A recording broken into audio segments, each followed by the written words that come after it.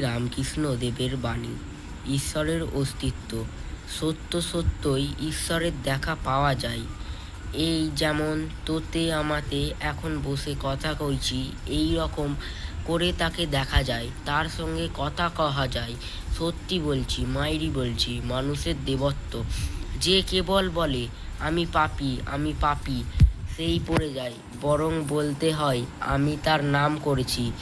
আমার আবার পাপ কি, বন্ধন কি?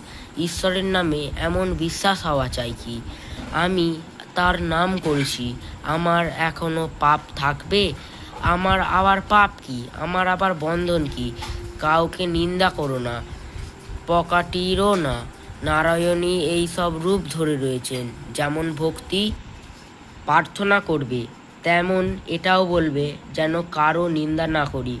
তিনি তো সর্বভূতেই আছেন। তবে ভক্ত কাকে বলে?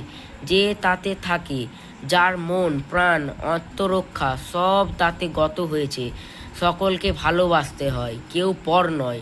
সর্বভূতেই সে হরিয়াছেন, তিনি ছাড়া কিছুই নাই। ভগবান সকলকার ভেতরে কী রূপে বিরাজ করেন জানো?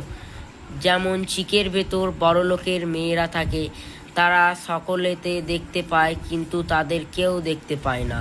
ভগবান ঠিক সেই রূপে বিরাজ করেছেন। মানুষ যেমন বালিশের খোল, বালিশের ওপর দেখতে একটা লাল, কোনটা কাল, কিন্তু সকলের ভেতর সেই একই তুলো। মানুষ দেখতে কেউ সুন্দর, কেউ কালো, কেউ সাধু, কেউ অসাধু, কিন্তু সকলের ভেতর সেই একই ঈশ্বরই বিরাজ করছেন।